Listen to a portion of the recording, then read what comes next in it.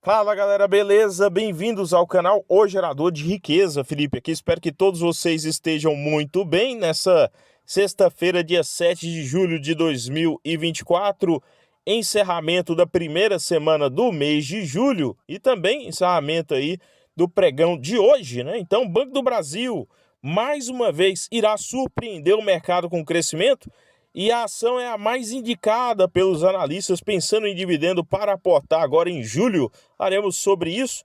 Honey 3, acima dos R$ 9. Small Caps ganham fôlego com queda do dólar, com baixa também aí liquidez. Seria esse momento um voo de galinha, tá? Então, o governo trabalhando com falas, né? Trabalhando com um discurso para agradar o mercado em relação à promessa de cortes e também, né, lá fora dados que indicam aí para uma certa melhoria para os ativos de risco, tá? Então vamos falar um pouquinho sobre o mercado de hoje. Baixa liquidez, small caps em alta, o caso de Irani, que seguimos de mais perto aqui no canal, né, há mais tempo, gostamos.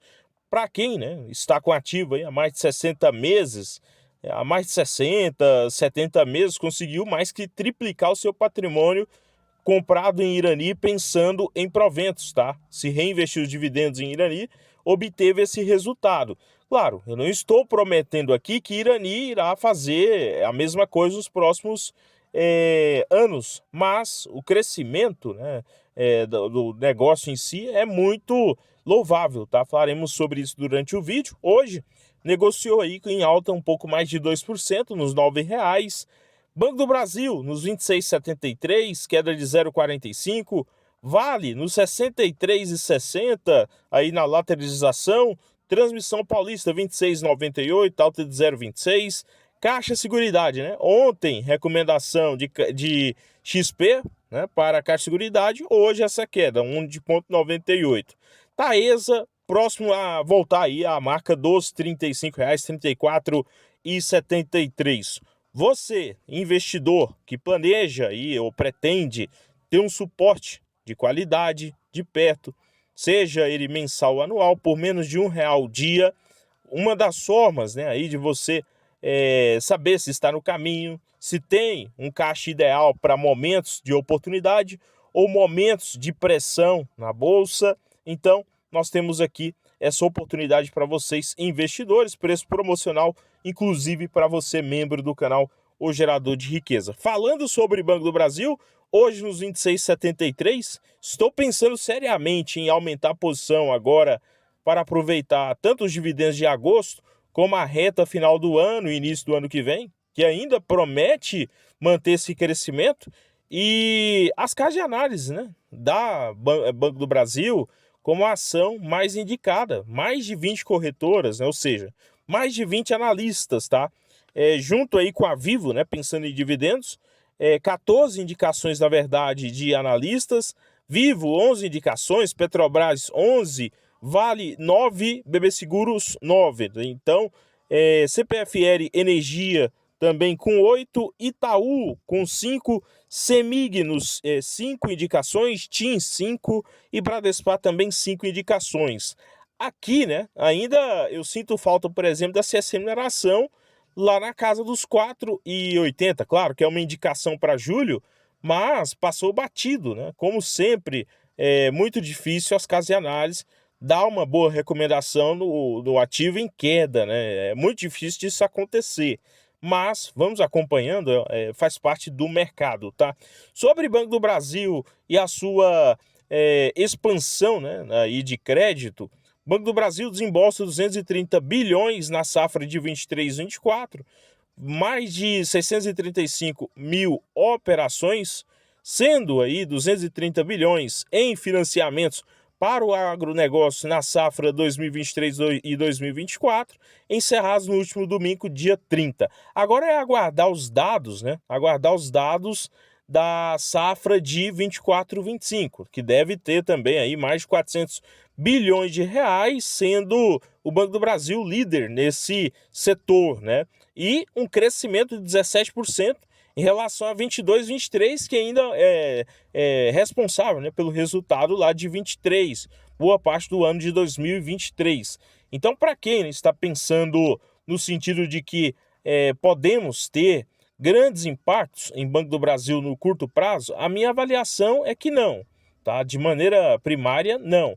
Mas, se você tem mudanças na percepção econômica e menor crescimento no segmento agro, realmente o Banco do Brasil poderia ser influenciado sim. Mas, nessa última safra, tudo demonstra que foi um certo sucesso, né? 230 bilhões aí ao menos liberado para os seus investidores, aí nesse caso pensando em investimentos e pensando em parceiros, não é para qualquer banco, tá? Então, olhando nesse sentido, deve ser mantido o crescimento do lucro, né, que teve aí uma média de 19% no ano, nos últimos 5 anos, na verdade. E olhando para a média do setor, você tem a média de crescimento de 16%. Então, o Banco do Brasil, quando o setor vai bem, o Banco do Brasil vai muito bem. Consegue entregar aí um alfa de 3%, consegue entregar ainda um sinal positivo de 3%. E um ROI na casa de 20%. Quando a média, né, quando o setor está bem, é de 15%. E o Banco do Brasil consegue entregar 20%. Então, são fatores que chamam muito bem aí a atenção. Olhando sobre a questão dessa leve alta na semana, né? Ibovespa e Real encerram semana com ganhos. Então, na verdade, é depois de sequências de alta do dólar, saída de capital, toda a questão das figurinhas carimbadas, né? Governo e a questão fiscal, questão de gastos, cortes de gastos ou não, falas do presidente, falas do ministro da Economia. Então, são fatores que fazem preço no curto prazo e, ao menos nesse momento, foi entendido que o discurso é mudar. A questão também, né, de novas taxações, então, acho que são fatores que vão pesando e na saída e decisão, na saída no curto prazo. Inclusive, né, agora fica sempre o preço, né, em relação a isso, em taxa de juros, é sobre como será a atuação do novo presidente do Banco Central, né, que deve ter aí um tom mais voltado ao governo atual, né? Então, o atual presidente do Banco Central, Roberto Campos Neto, tem um entendimento mais voltado ao governo anterior, mais ali na linha do Paulo Guedes e etc. Esse novo presidente do Banco Central deve vir com um tom mais voltado ao atual governo, né? Então, vamos aguardar. O mercado ele deve precificar isso muito bem no sentido de oportunidades, que para nós pode ser muito bom. Olhando o Caixa Seguridade, né? Aí ontem chegou a subir um pouco mais de 1,98 e hoje devolveu essa alta aí de ontem, tá? Um ativo que para mim é de muita qualidade, a XP agora, né, cobrindo o papel de perto, mas depois de praticamente, né, uma alta de 100%, além de excelentes dividendos, além do ganho com aluguel de ações. Agora, uma correção, como eu disse ontem, é bem-vinda, tá? Abaixo dos 12, 13 reais também é bem-vinda. Pelo contrário, né, eu quero que caia. Ao invés de chegar no preço-alvo lá da XP de 18 reais, eu prefiro que tenha promoção. Por quê? Porque, né, eu planejo comprar mensalmente. Então, é como um produto que você consome mensalmente, você planeja que ele não suba ou, né, que até caia o preço, que surjam promoções. A mesma coisa são ações de qualidades que pagam bons dividendos, que é o caso da Caixa Seguridade. Sobre Irani nos R$ 9 e queda de 15% nos últimos 6 meses. Praticamente desde abril ela negocia abaixo dos R$ 9. Isso dá mais de 2 meses aí de queda, de lateralização depois das quedas, mesmo com bom dividendo. Nós tivemos maior endividamento no curto prazo, mas a companhia também tem maior caixa em relação à média do setor. Olhando para dividendos nos últimos 12 meses, mais juros sobre capital próprio, nós estamos falando de um dividendo yield na casa de 13%, tá? Dividendo yield aí de banco, de transmissora, tá? Ou de ativo largado, então, até mesmo de mineradora. Então, nesse sentido, acho que Irani, né, ela pode ser esse caso também no setor aí de celulose muito bem, tá? Que entrega um bom dividendo, o mercado bate por ser small cap e depois entregar sequências de alta, como já aconteceu, ela saindo no mesmo ano passado da casa dos 7, 8, 9 reais, depois para os 13. E depois essa queda nesse ano. A média do setor, né, hoje, pensando em dividendo yield, é na casa de 7%. Então ela está muito acima da média, pensando na remuneração dos seus acionistas. Isso deu mais de R$ 1 por ação nos últimos 12 meses.